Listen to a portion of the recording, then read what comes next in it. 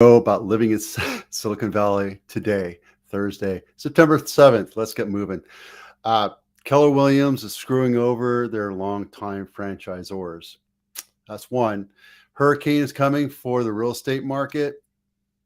And three, wait, hold on a sec. There's a 3,500 acre cement plant in Cupertino that might get developed.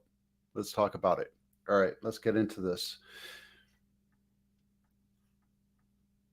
First and foremost, let's talk about this weekend's events because, hey, why not? Open Artisan Fair Makers Market in Santana Row. It is this Saturday. I'm not going to be around because I'll be on the bay sailing.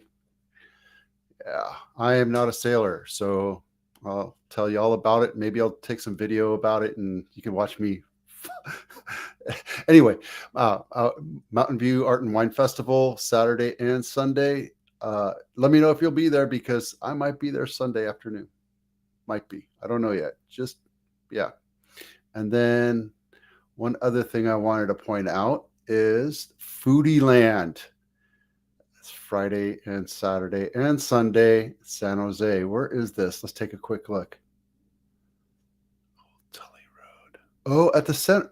Is that the fairgrounds? Yeah, the Santa Clara County Fairgrounds. Yeah. Hey guys, look at that.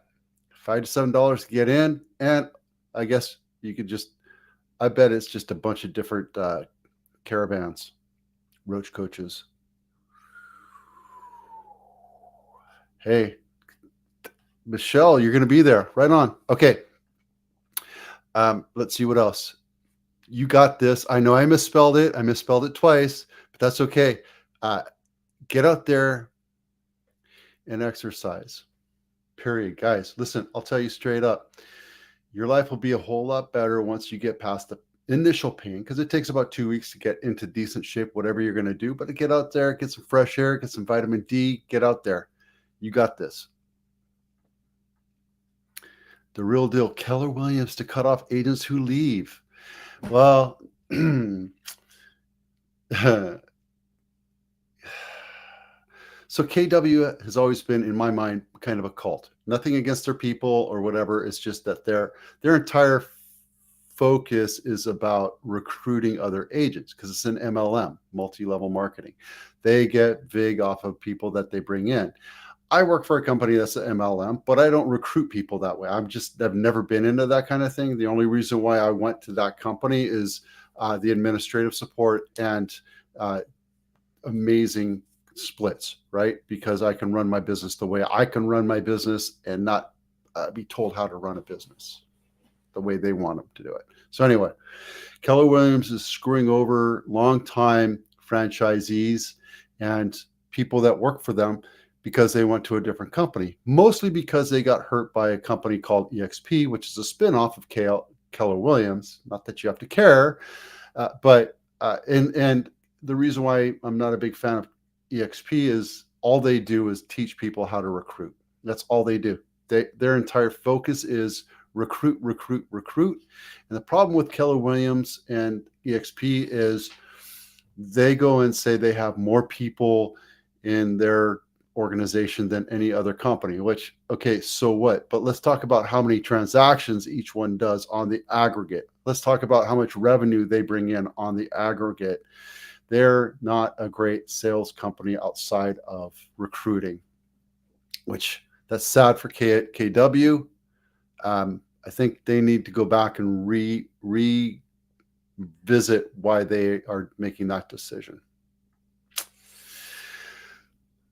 Less than a month. Actually, it's October 7th and 8th. I'd love to see you guys out there. We have 21 projects now. I'm at Latimer. You're very welcome to go to any one. We have Emma Prush. There's a bunch of other ones. Guys, we need your help. Come out, make a big change. Just like it says right there. Come out and be a part of the community. Help out. Right? And you don't need to have skills. You just need to be able to work for 4 hours and meet new people and enjoy helping making our community better. See you out there, right? All right. Next one. What you get for $1 million? Guys, 984 square feet. I talked about this last week. It's still for sale because it's overpriced. 2-bedroom, 1-bath, 984 square feet, almost 100 years old. Look at this thing. And I want to show you what it looked like when it was brand spanking new. Nobody in their right mind is going to pay $1 million for this. That's ridiculous. It should have been priced out at 700, 750. Go look at that thing. It's a little tiny nothing. And it's not very well made. I mean, I could say it's maintained okay, but look, there's a line straight. I don't know. Don't get me started with this. Okay, get out of that one. Oh, yeah. We're going to get into this in a minute, but inventory is popping up. Inventory is actually popping up. That's good. Guys, we actually had an increase in inventory over the last couple months. Now, we knew that the summer doldrums will come down a little bit lower, but we're seeing it come back up. We're seeing it come back up across the nation, too. Talk about that in a minute. 3,500 acre former cement plant. I don't know if you ever noticed, but you look towards Santa Cupertino in the hills, there's this big, huge divot there. And that's where they would pick up lime and whatever chemicals or materials they needed to make cement. Well, that's done now. They might fill it in and develop it. I think that'll be cool. I might even move there. Who knows? That'd be kind of a fun thing to do. You want to learn more? Let me know. I'll go do some digging in and we can have a conversation about it, right? I know he keeps popping up. Inventory. See, inventory starting to pop back up across the United States. We need this to happen, guys. We need more volume. Now, I know over the last 10 years, this only goes back 5 years. I can't go back 10 or else it'll screw it up. Trust me. I've tried it a few times. We were in a very low doldrum. This needs to be up about twice of where we are right now in order for it to be a balanced market. Not even a buyer's market. It needs to be a balanced market. We have such low inventory.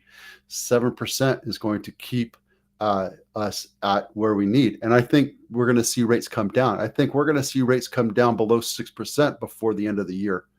So when that happens, there'll be far more competition out there. So if you're thinking about buying a house, do it now because there's still competition, but it won't be as crazy as when it goes down to 5 and 6%.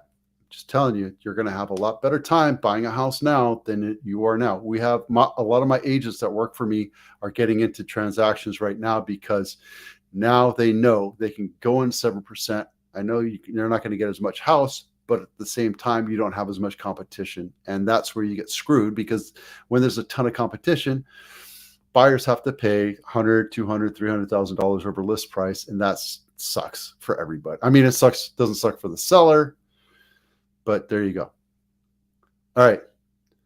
I just sent out a text, REWTF on this. Whoever lived here, you're nasty. All right. I'll say it straight up. Let me get this here. You're nasty. You're disgusting. All right. People shouldn't live like this. It's gross. Okay. It's a nice looking house and it's a nice area and it's sad. But look, you don't take care of the backyard. You let junk everywhere. You let junk everywhere on your house. You destroy your house. I could tell you that this was probably a renter. And you know what? My child did this. My son did this when he was younger. He threw tantrums, but we fixed it because, I have pride of ownership. I have pride of where I live. Look, they have mold, mildew, broken doors, all that stuff, cockroaches.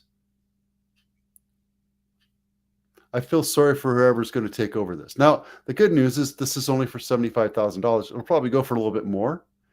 But look at that. Temu. Temu. It's one of my favorite places to go shopping. But guys, you're nasty. All right? Don't live like that. It's disgusting. If you're thinking about buying that house or what have you, let me know. I'll hook you up with Barbie over there.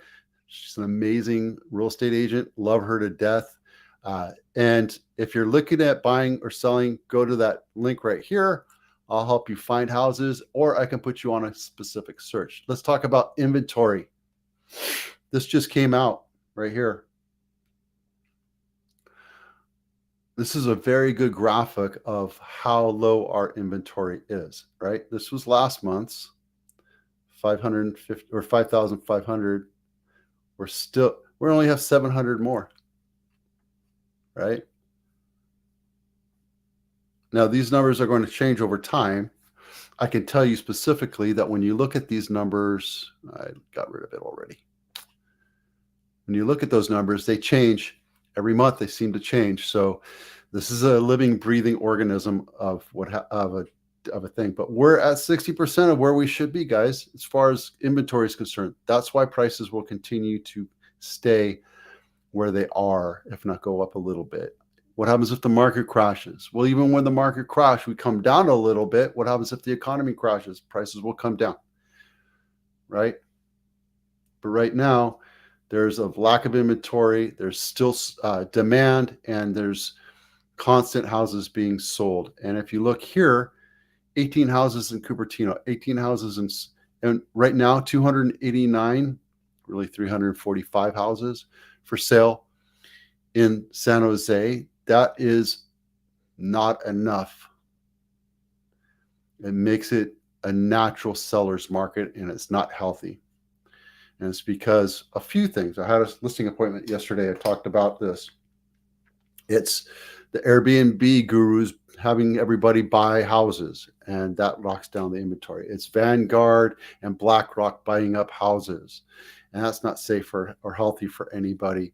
It's the fact that those people over the last 2 years bought houses at 2 and 3%, locked up those houses. They'll never get out of those homes ever, right? Why would you ever walk away from a house? I would rent that out, still take a loss on it, and buy another house if that house didn't fit my needs anymore. But that's me. There are still people that are selling their houses, right? So who are left to sell houses? Well, there's divorces, death, older age, and relocation. So there's still people selling, but there you go. All across the nation, inventory is going up, but not drastically. That's why I have these numbers here, so you can look at it, and you can call me up. I'll put you on a video call, and we can walk through any of these numbers any day you want. I'm not trying to hide anything. I'm just trying to be as honest and open so you can see what's going on in the market. So there you go.